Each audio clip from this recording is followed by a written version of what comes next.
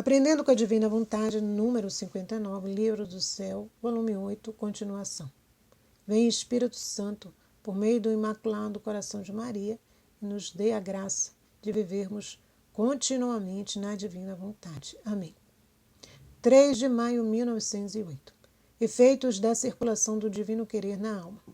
Minha filha, na alma que faz minha vontade, circula meu querer em todo o seu ser, como lhe circula o sangue, assim que está em contínuo contato comigo, com a minha potência, sabedoria, caridade, beleza, assim toma parte em todo o meu.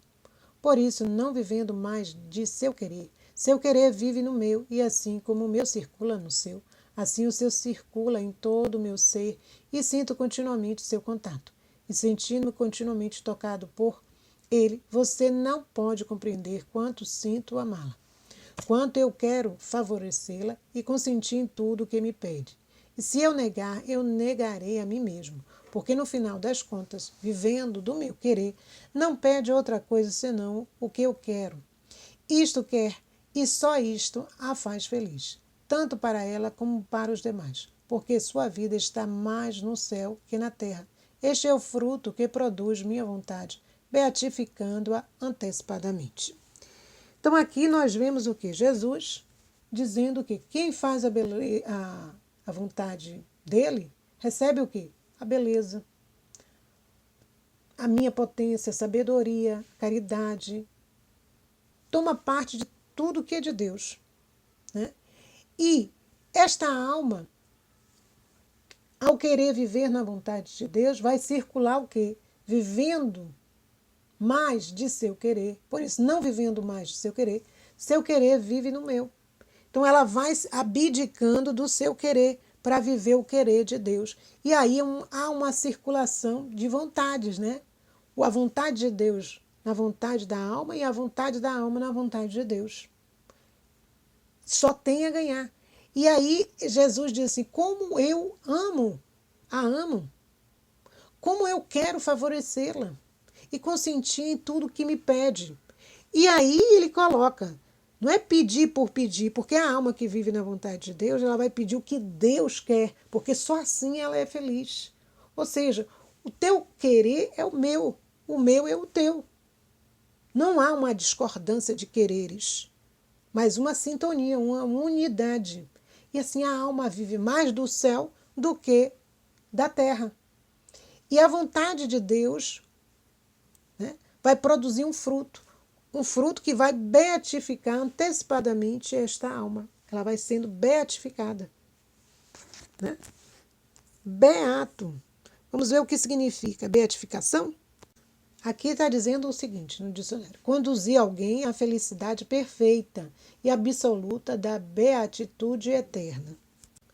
Uma outra significação diz assim: cerimônia na qual o Papa, a beatificação de um santo, de uma pessoa, de um cristão que teve uma vida santa, né? E aí ocorre uma cerimônia na qual o Papa declara que uma pessoa já falecida mereceu, por suas virtudes, entrar no número dos bem-aventurados, recomendando-a assim ao culto dos fiéis. Nem todos os santos que que o céu tem, estão nos nossos altares. Tem muitos santos que a gente nem vai saber que realmente estão lá, só quando tivermos a graça, né, de entrarmos na eternidade e formos para o céu. Aí veremos quem lá estará, porque nem todos os santos que estão nos nossos altares estão, né? Nós conhecemos os que estão no céu, todos estão nos nossos altares? Não, né? Alguns. E aí, retornando ao nossa formação. E aí Jesus diz assim, né? Que essa vontade dele circula na vontade da alma e a da alma na dele. E nos trechos que virão, Jesus vai falar a Luísa de guerras, de revoluções. Vai falar também dos maus exemplos dados pelos ricos que abandonaram a Deus e deram maus exemplos aos pobres. E isto tem como pena um conflito entre ricos e pobres. Por quê? Porque os pobres não foram bem acolhidos, nem tanto pelos ricos, nem tanto pelos sacerdotes. E aí Jesus fala também dessa necessidade que às vezes a gente tem, né? De dizer, não, tal pessoa ajuda a igreja, né? Então é uma pessoa que é boa, que é isso, aquilo outro. E Jesus faz uma ressalva, nem todas, porque às vezes ajudam, mas ajuda aquilo que ela quer e não aquilo que é necessário. Ajuda no sentido de ter uma simpatia por determinadas pessoas e não realmente por um desprendimento, uma vontade de fazer a vontade de Deus. Então são pessoas de posse, mas que não ajudam concretamente a aliviar as dores, né, dos pobres e ajudar naquilo que realmente é necessário. Fala também dos sacerdotes, que muitas vezes não estão atentos aos clamores, às necessidades dos pobres, né, mas estão mais voltados para atender imediatamente às necessidades de um rico.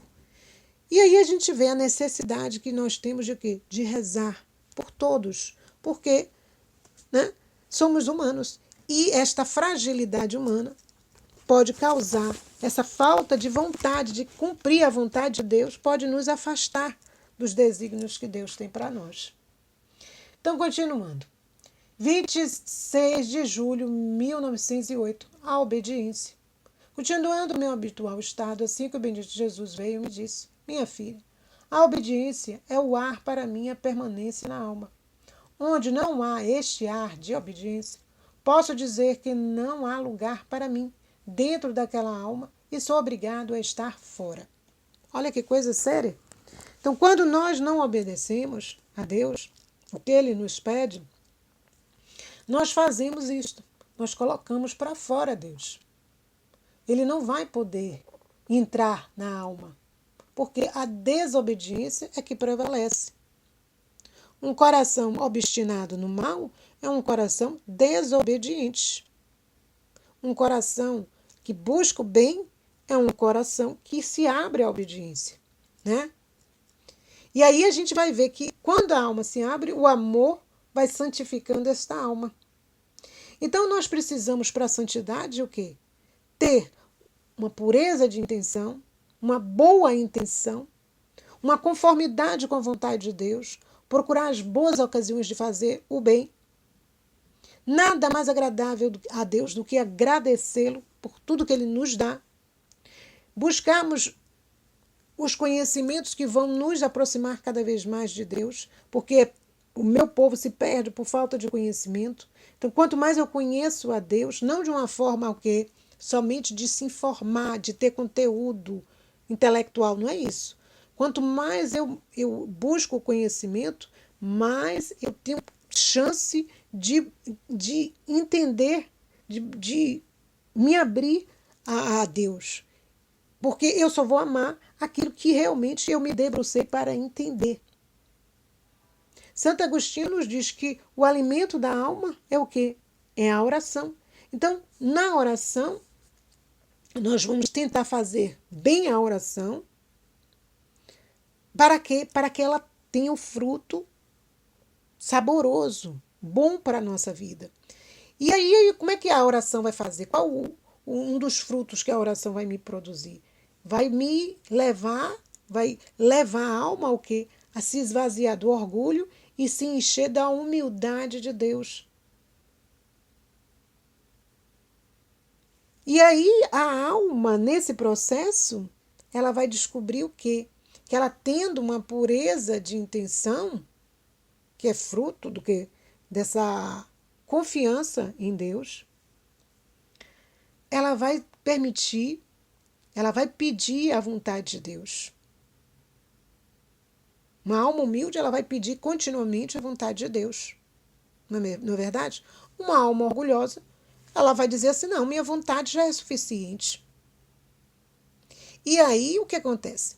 Há uma revolta contra Deus e não uma santificação. Quem se revolta contra Deus não se santifica.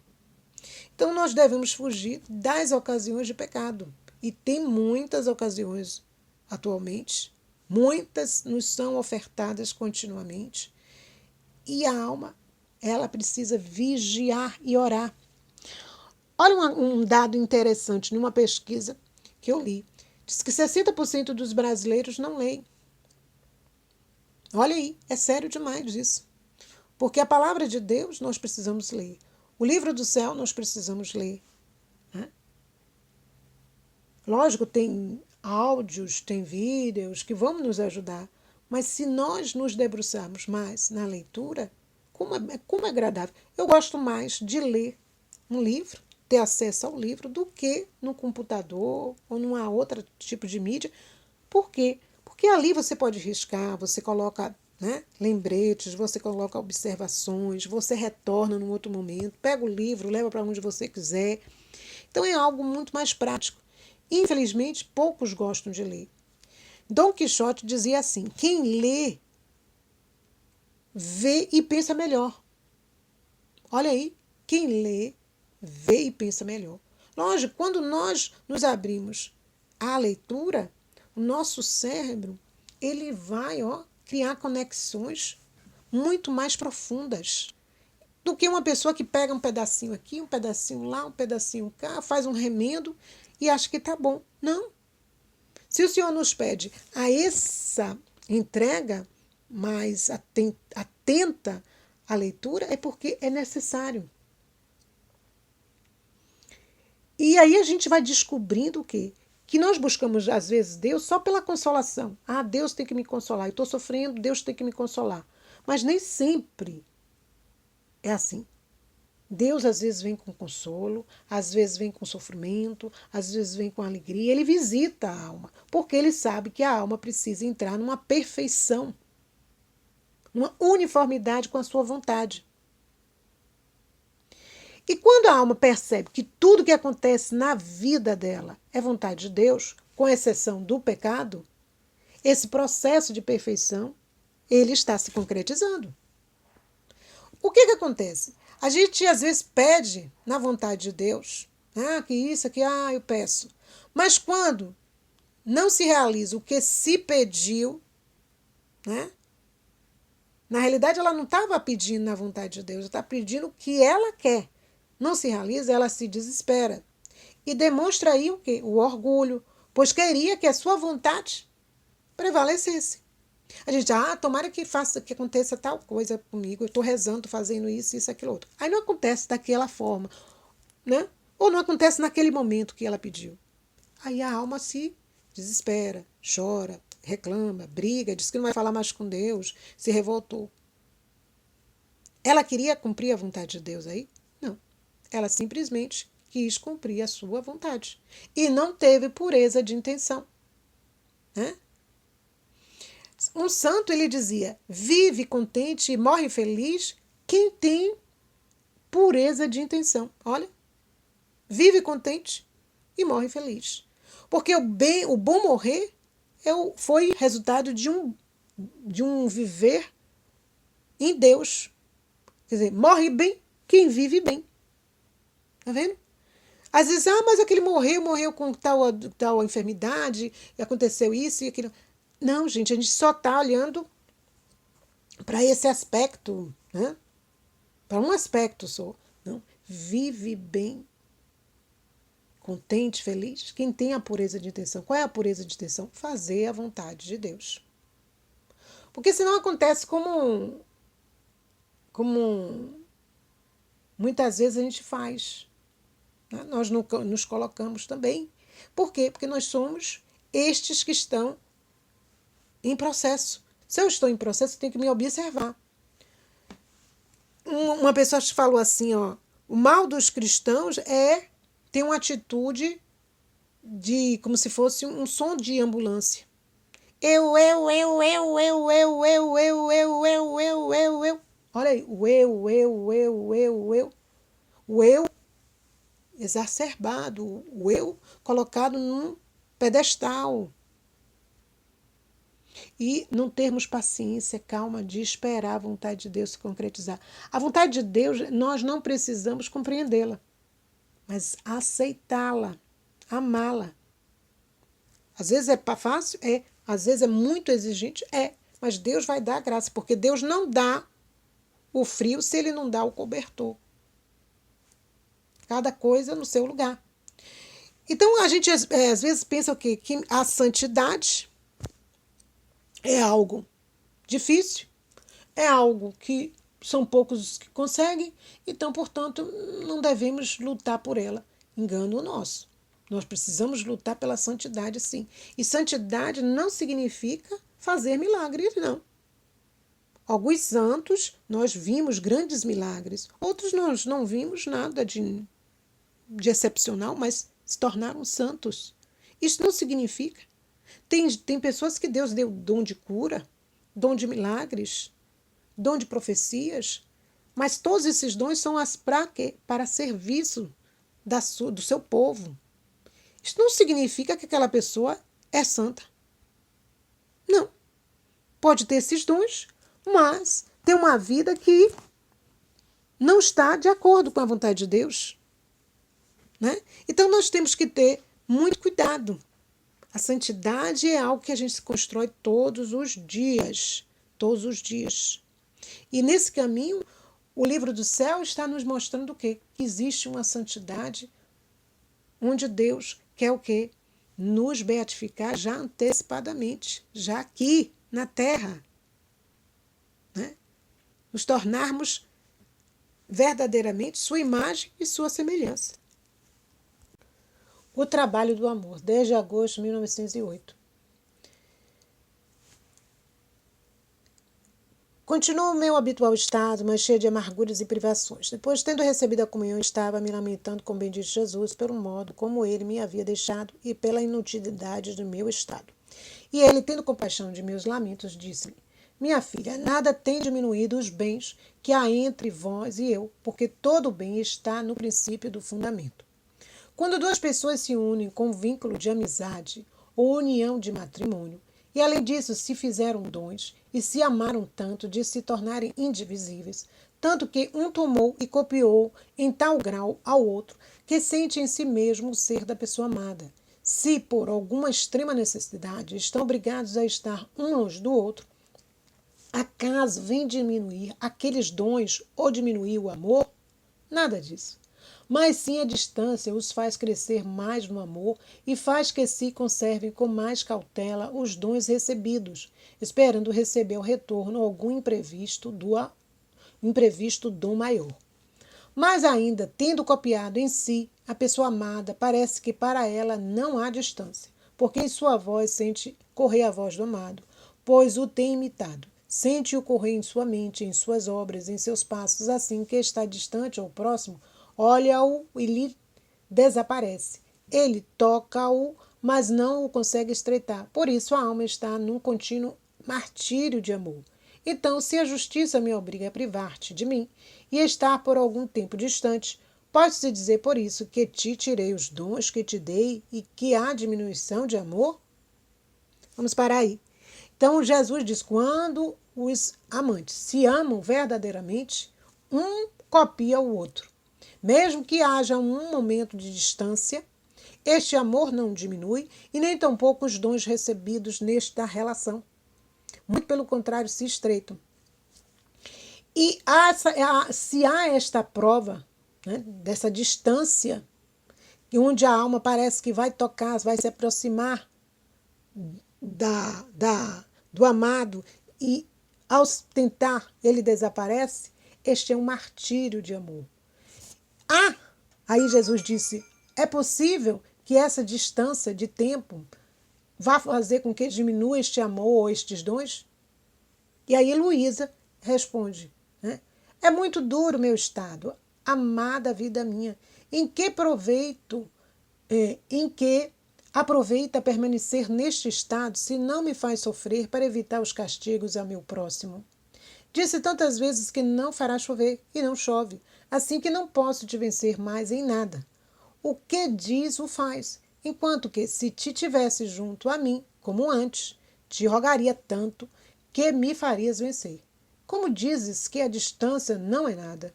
E Jesus? É exatamente por isso que me vejo obrigado a estar longe, para não te fazer vencer e dar lugar à justiça.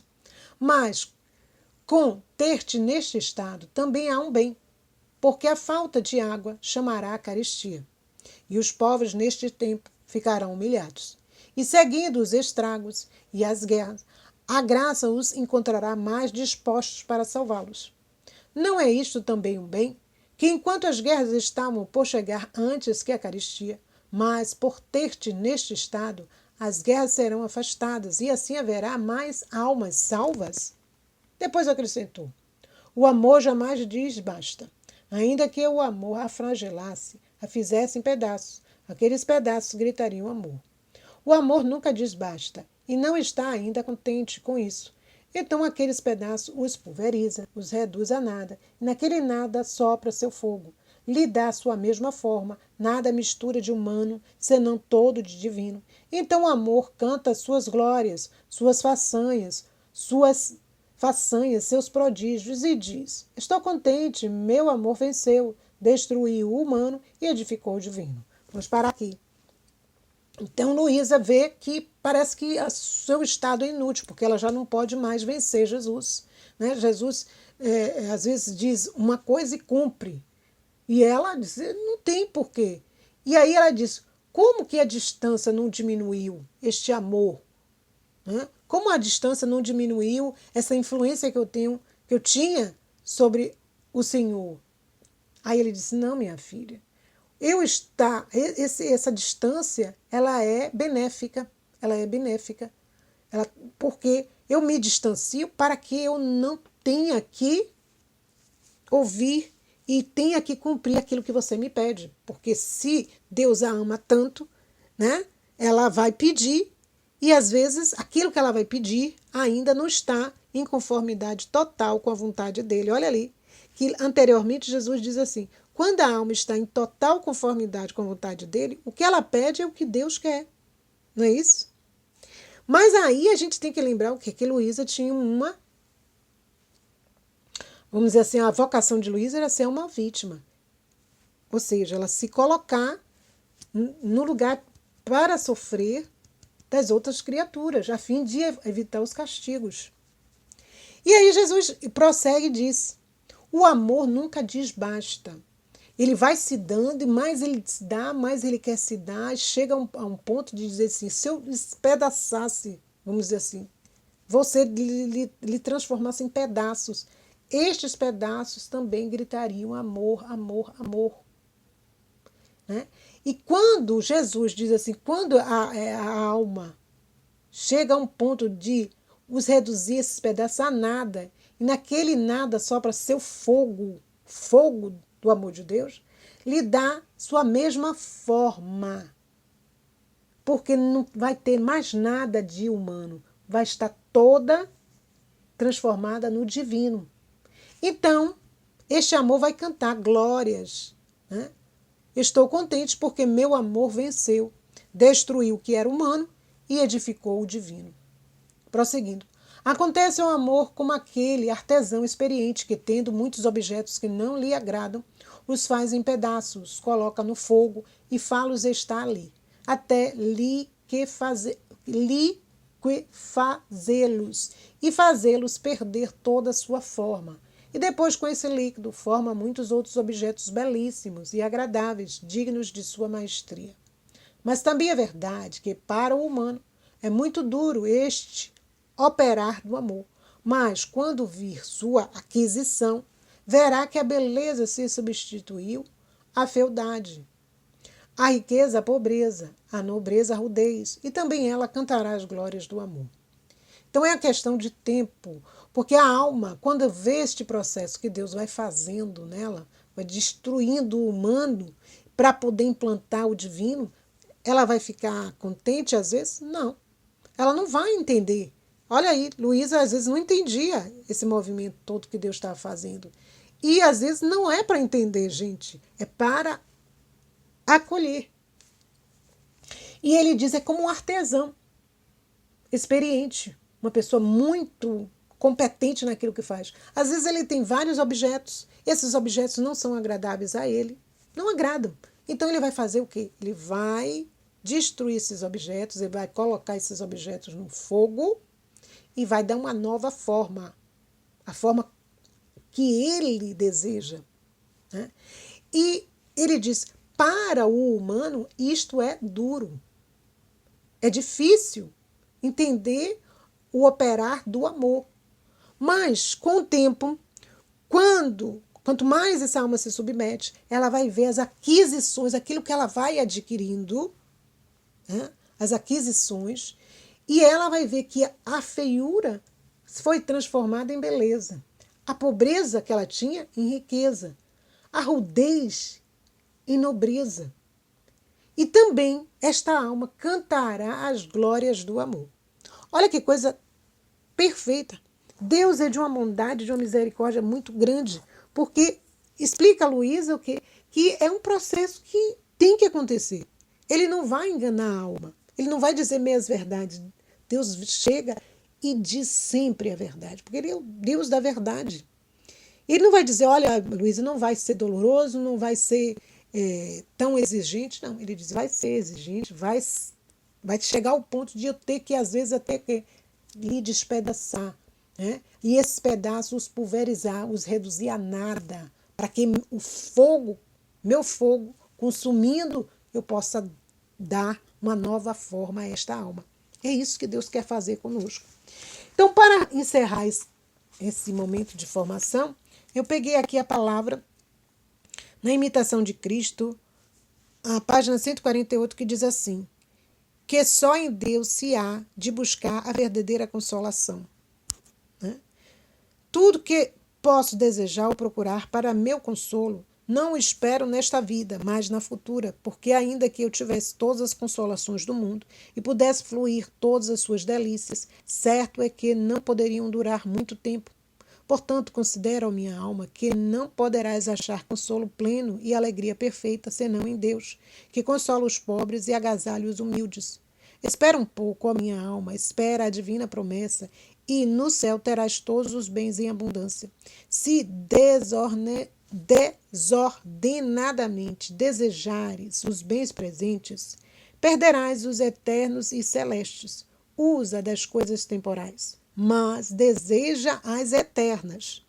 Não te pode satisfazer bem algum temporal, porque não foste criada para gozá-los. Olha que coisa profunda. Jesus nos diz o quê? Se a gente quer a plena consolação, descansar e nele, nós precisamos o quê? Buscá-lo. Porque as delícias, as consolações deste mundo, elas são passageiras, elas não irão durar. Não tendo esta duração, elas não poderão proporcionar uma alegria perfeita. E aí Jesus disse assim, toda abundância, minha filha, você vai ter aonde? Alma, no céu, os bens em abundância. Agora, não use os bens terrenos presentes de uma maneira desordenada, para que não percas os bens eternos e celestes. Use as coisas temporais, mas não se apegue a elas. Né? Deseje as eternas, os bens eternos. Você vai usar um carro, uma casa, às vezes vai ter bens, e use-os, não só no seu proveito, mas no proveito de outros também, ajude-os. Mas não se apegue a nada disso, porque tudo isso tem um tempo de duração. E você, alma, não foi criada para gozá-los eternamente, esses bens materiais, esses bens terrenos. Nós fomos criados para a eternidade, para amar a Deus sobre todas as coisas. Então vamos ficando por aqui, agradecendo a Deus por mais um encontro. A paz de Jesus e o amor infinito de Maria. Fiat.